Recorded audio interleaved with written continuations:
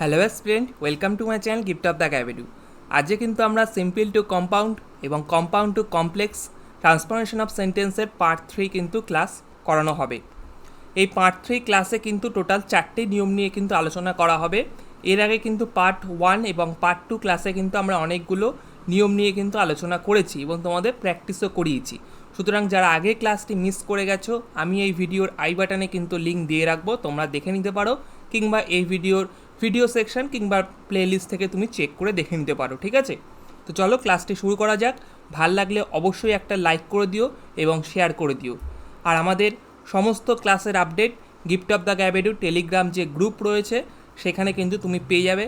তোমার কাছে যদি টেলিগ্রাম অ্যাপটি থাকে তাহলে তুমি সার্চ করতে পারো গিফট অফ দ্য গ্যাবেডু বলে, তারপরেও জয়েন করতে পারো, কিংবা এই ভিডিও ডেসক্রিপশন বক্সে লিঙ্ক দেওয়া থাকবে, সেই লিঙ্কের থেকেও কিন্তু ওপেন করে তুমি আমাদের গ্রুপে কিন্তু জয়েন করতে পারো। ঠিক আছে, চলো আজকে ক্লাসটি চটপট শুরু করছি।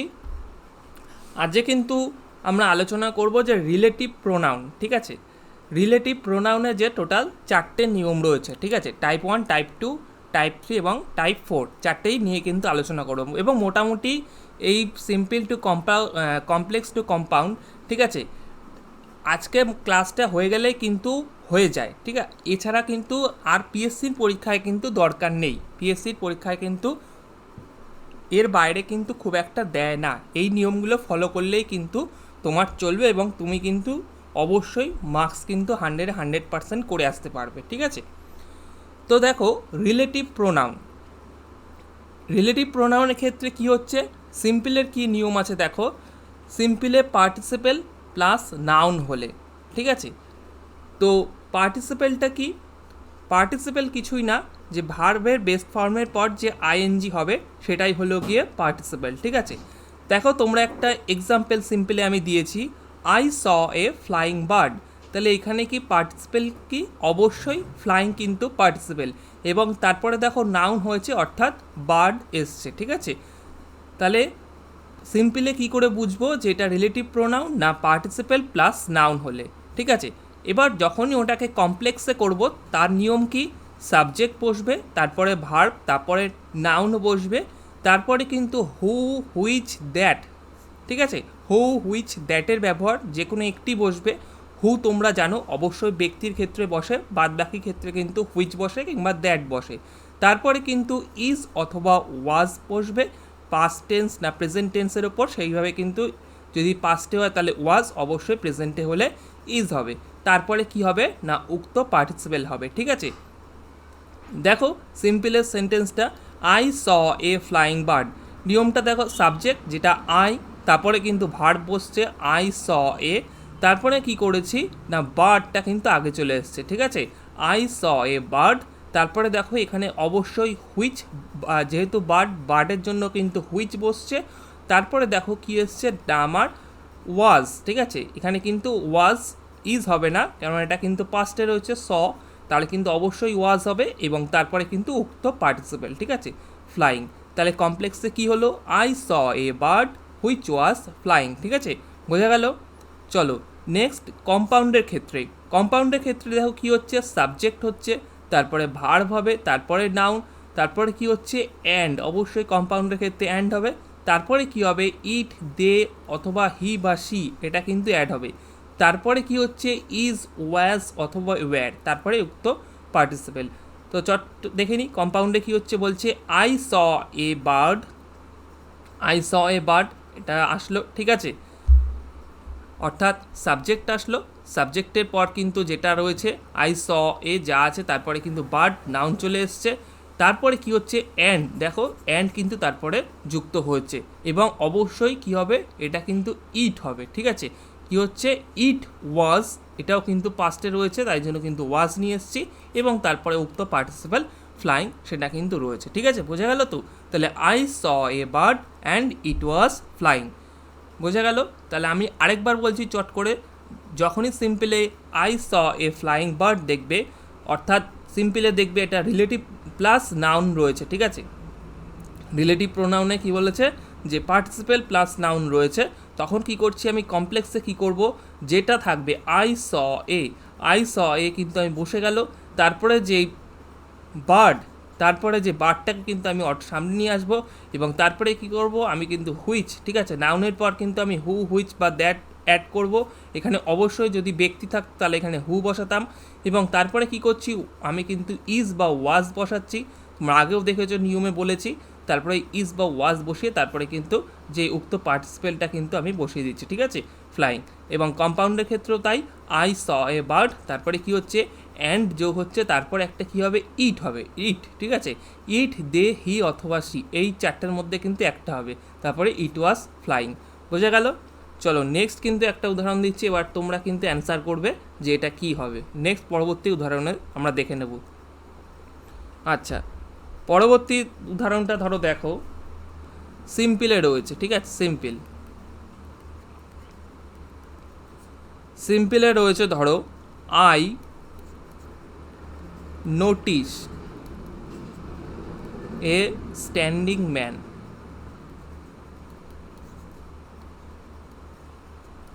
I notice a standing man, তাহলে এটা কমপ্লেক্সে কী হবে চটপট বলো।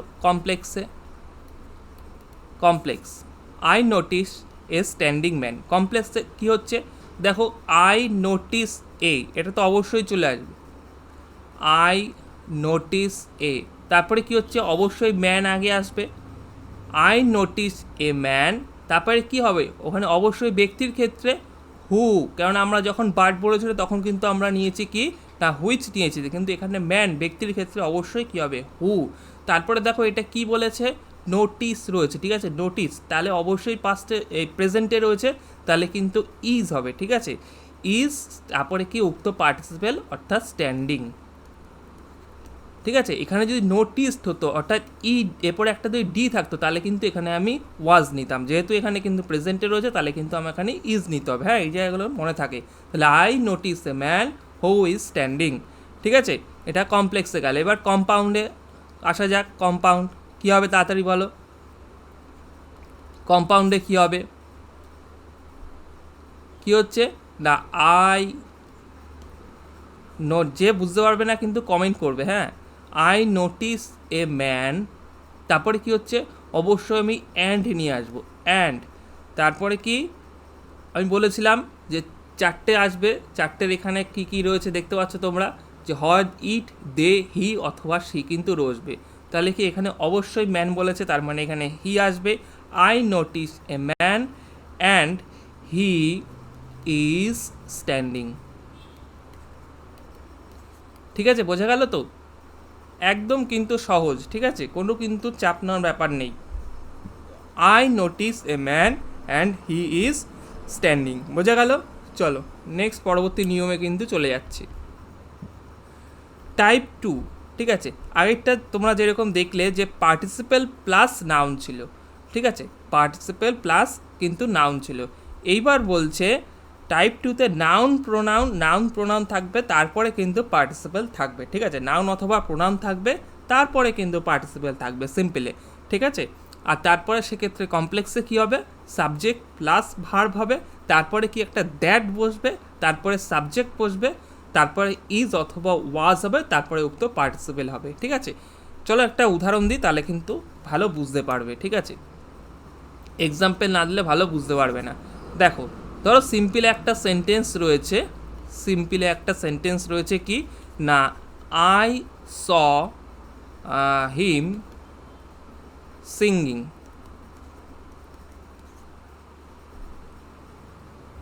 আই স হিম সিঙ্গিং, তাহলে এখানে কি অবশ্যই দেখো প্রোনাউনের পর কিন্তু পার্টিসিপেল কিন্তু বসছে, ঠিক আছে, প্রোনাউনের পর কি হয়েছে না কিন্তু পার্টিসিপেল বসছে, তাহলে এখানে আমার সিম্পলে তাই রয়েছে। তাহলে এইবার আমি এটাকে কি করতে হবে, কমপ্লেক্সে করতে হবে।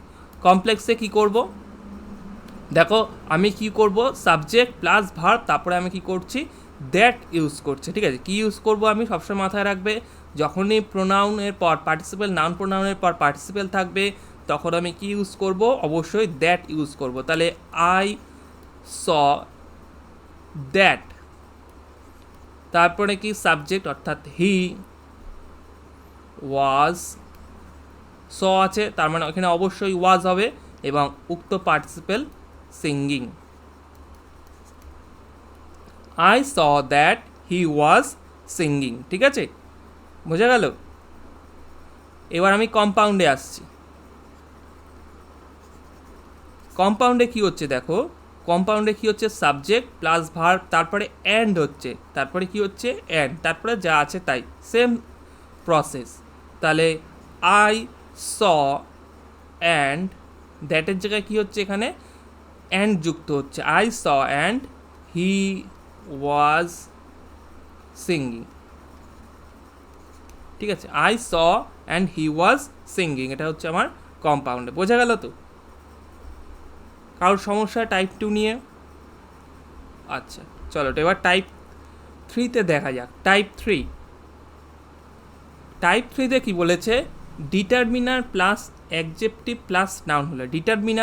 ডিটারমিনার কিন্তু 5 রকমের হয় এবং ম্যাক্সিমামগুলো তুমি মনে রাখবে যে ডিটারমিনার কিন্তু ধরো আর্টিকেল, ঠিক আছে, ম্যাক্সিমাম ডিটারমিনারই কিন্তু আর্টিকেল হয়।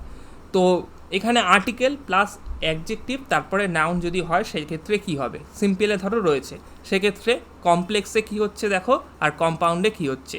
কমপ্লেক্সে কি হচ্ছে, subject plus verb plus noun, তারপরে হু হুইচ অথবা দ্যাট বসবে, তারপরে ইজ বা ওয়াজ বসবে এবং তারপরে উক্ত অ্যাডজেক্টিভ কিন্তু বসে যাবে। তার কম্পাউন্ডের ক্ষেত্রেও তাই, সাবজেক্ট ভার্ব নাউন তারপরে অ্যান্ড তারপরে দ্বিতীয় সেন্টেন্স কিন্তু বসে যাবে। ঠিক আছে, চলো একটা উদাহরণ দিই। ধরো সিম্পলে রয়েছে কি রয়েছে, সিম্পলে রয়েছে আই স এ ডিটারমিনার, ঠিক আছে, I saw A colourful picture, colourful picture, ঠিক আছে, I saw A colourful picture. তাহলে এখানে কি আমি দেখতে পাচ্ছি, এখানে আমার এ হলো ডিটারমিনার এবং তারপরে কিন্তু অ্যাডজেক্টিভ প্লাস নাউন হয়েছে। তাহলে সেক্ষেত্রে আমার কি হবে, তাহলে এখানে আমি দেখো কমপ্লেক্সে যদি করতে চাই তাহলে এটা সাবজেক্টের পর ভার্ব বসবে, তারপরে নাউনটি বসবে, তারপরে হু হুইচ অথবা দ্যাট বসবে, তারপরে পাস্ট থাকলে পাস্টে থাকলে ওয়াজ বসবে, প্রেজেন্টে থাকলে ইজ বসবে এবং তারপরে উক্ত অ্যাডজেক্টিভ কিন্তু বসে যাবে। ঠিক আছে, তাহলে চলো এটা আমি চটপট আমি কমপ্লেক্স এটা করে দেখাচ্ছি, তোমরা উত্তর দাও কী হবে। দেখো তাহলে আই সাবজেক্ট প্লাস ভার্ব বসে গেল, আই স এ ডিটারমিনারও বসে যাবে, ঠিক আছে, আই স এ, তারপরে কি পিকচার, নাউনটা চলে এসছে, পিকচার, তারপরে অবশ্যই কোনটা হবে এখানে, হুইচ হবে, ঠিক আছে, হুইচ, কেউ দ্যাটও ইউজ করতে পারো কিন্তু হুইচটাই ভালো যায়। ঠিক আছে, I saw a picture which, তারপরে কি অবশ্যই স বলেছে তাই জন্য এখানে অবশ্যই পাস্ট অথবা অর্থাৎ ওয়াজ, তারপরে কি কালারফুল, তারপরে উক্ত অ্যাডজেক্টিভ যেটা আছে সেটা কিন্তু বসে গেল, I saw a picture which was colourful. ঠিক আছে, বোঝা গেল? আচ্ছা এবার নেক্সট কম্পাউন্ডে আসছি। নিয়ম অ্যাপ্লাই করলে কিন্তু ঝটপট হয়ে যাবে, সুতরাং এই নিয়মগুলো কিন্তু ভালো করে মাথায় রাখতে হবে কোনটার ক্ষেত্রে কিন্তু, এবং সেন্টেন্স বুঝতে হবে যে এটা কিন্তু এইভাবে দিয়েছে। ঠিক আছে, এবং আমি এখানে কোনটা সিম্পল কোনটা কমপ্লেক্স কোনটা কম্পাউন্ড বলে দিচ্ছি, সেটা কিন্তু তোমাকে পরীক্ষার হলে কিন্তু পরীক্ষা হলে কিন্তু লেখা থাকবে না যে এটা সিম্পল সেন্টেন্স, পরীক্ষা হলে একটা সেন্টেন্স দিয়ে দেবে এবং বলবে এটাকে তুমি কমপ্লেক্সে করো কিংবা এটাকে তুমি কম্পাউন্ডে করো, সেটা তোমাকে বুঝতে হবে। ঠিক আছে, সুতরাং এগুলো কিন্তু প্র্যাকটিসের ওপর, প্র্যাকটিস করতে করতেই কিন্তু হবে। আচ্ছা নেক্সট কম্পাউন্ডে চলো, এটা কী হচ্ছে তাড়াতাড়ি বলো, যে কম্পাউন্ডে subject plus verb plus noun, তারপরে কি বসবে, অ্যান্ড বসবে, তারপরে দ্বিতীয় সেন্টেন্স। তাহলে আমি কি করছি দেখো, I saw a picture, I saw a picture and it was, it হবে অবশ্যই, it was colourful, I saw a picture and it was colourful. ঠিক আছে, অ্যান্ড এরপর কিন্তু অবশ্যই এখানে ইট যুক্ত করতে হবে, ইট ওয়াজ কালারফুল। বোঝা গেল? চলো নেক্সট আরেকটা উদাহরণ দিচ্ছি, এটা কিন্তু তোমরা নিজেরা করবে। আচ্ছা ধরো সিম্পলসে রয়েছে, সিম্পলে ধরো একটা সেন্টেন্স রয়েছে যে দে নোটিস অ্যান ইন্টেলিজেন্ট বয়। ঠিক আছে,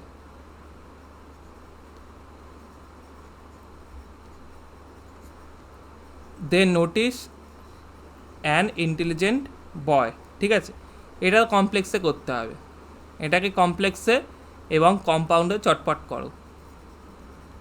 কী হবে, যারা লাইভ চ্যাটে আছে চটপট উত্তর দাও। দে নোটিস অ্যান ইন্টেলিজেন্ট বয়, কমপ্লেক্সে কী হবে? Same process.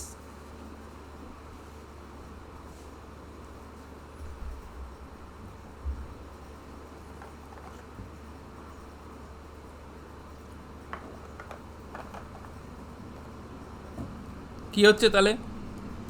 তাহলে এটা আমি যখন কমপ্লেক্সে করব তখন আমার কী বলতে, তাহলে দে notice a boy.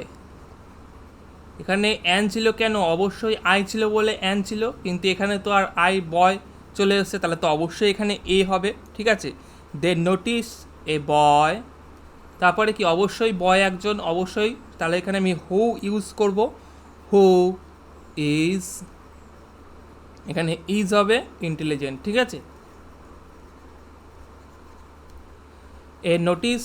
They notice a boy who is intelligent. ঠিক আছে, এবার কম্পাউন্ডে করে দেখাও কি হচ্ছে না, দে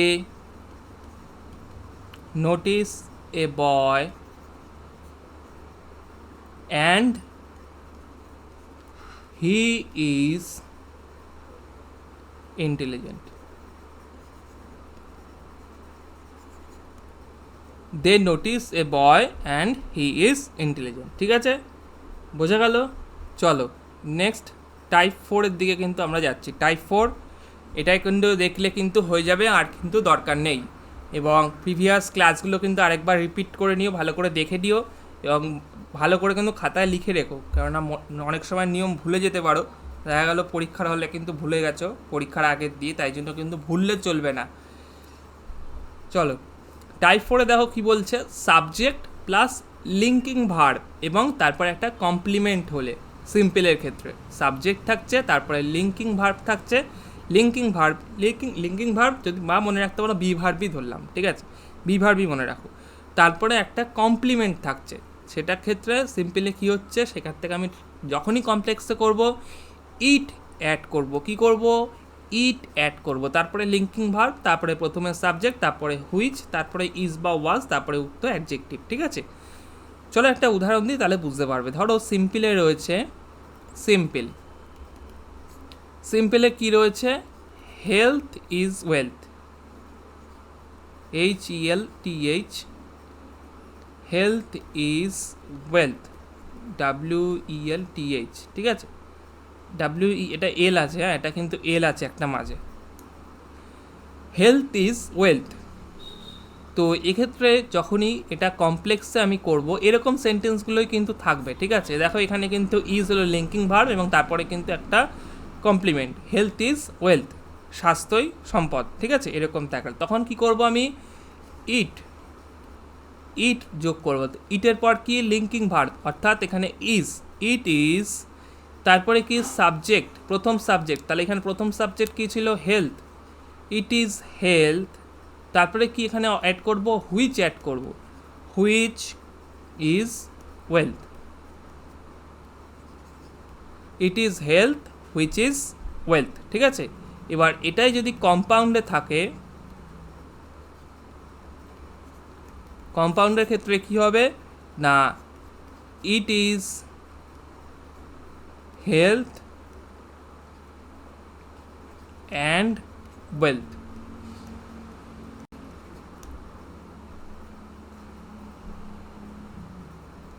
একটা এল পড়েনি, it is health and wealth, এটা গেল আমার কম্পাউন্ডে। বোঝা গেল তো? এরকম সেন্টেন্সগুলোই কিন্তু থাকবে এবং এটা কিন্তু মনে রাখতে হবে তোমাকে। ঠিক আছে, এবং এক্ষেত্রে কিন্তু মনে রাখা ভালো যে ম্যাক্সিমাম কিন্তু এই লিঙ্কিং ভার্ব দিয়ে কিন্তু দেয়। ঠিক আছে, এবং লিঙ্কিং ভার্ব প্লাস কমপ্লিমেন্ট, এরকম টাইপ 4 যেটা তোমাদের বললাম, এরকম টাইপেরই কিন্তু প্রশ্ন কিন্তু বেশি থাকে। ঠিক আছে, সুতরাং এই জায়গাটা কিন্তু প্র্যাকটিস করে যেতে হবে। ঠিক আছে, সুতরাং এখানেই কিন্তু আজ শেষ করছি, আর কিন্তু সেরকম কিছু নেই এই জায়গাটা থেকে, সবকটাই কিন্তু আমরা করিয়ে দিয়েছি। ইফ প্লাস অ্যাফার্মেটিভ থেকে, অ্যাসিন্স হোয়েন্স থেকে, তারপরে কমপ্লিমেন্টের ব্যবহার থেকে, তারপরে হুইচের ব্যবহার থেকে অনেকগুলো কিন্তু ক্লাস করিয়ে দেওয়া হয়েছে। সুতরাং তোমরা কিন্তু পার্ট 1, 2, 3 তিনটেই কিন্তু ভালো করে দেখবে, এবং কোনো অসুবিধা হলে কিন্তু অবশ্যই কমেন্ট করবে, ঠিক আছে? সো ক্লাসটি অবশ্যই লাইক করে দিও এবং শেয়ার করো। আর তুমি যদি আমাদের gift of the gap channel নতুন দেখে থাকো তাহলে অবশ্যই চ্যানেলটিকে সাবস্ক্রাইব করে নাও এখনই, পাশে থাকা বেল আইকনটা প্রেস করে অল নোটিফিকেশান করে রাখো। So thank you.